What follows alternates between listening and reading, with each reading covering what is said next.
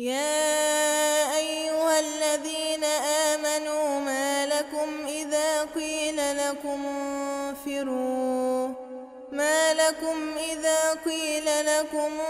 انفروا في سبيل الله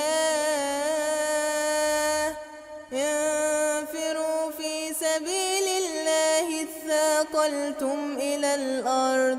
أرضيتم بالحياة الدنيا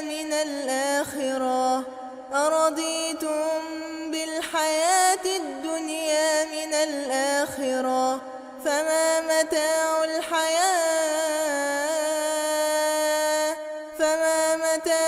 الحياة الدنيا في الآخرة إلا قليل إلا تنفروا يعذبكم عذابا أليما ويستبدل قوما غيركم ولا تضروه شيئا والله على كل شيء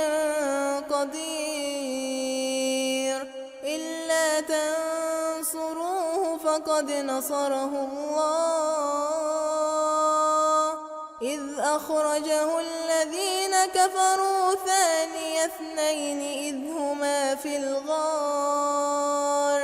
إذ يقول لصاحبه لا تحزن إن الله معنا فأنزل الله سكينته عليه وأيده بجنود لم تروها وجعل كلمة الذين كفروا السفلى وكلمة الله هي العليا والله عزيز حكيم.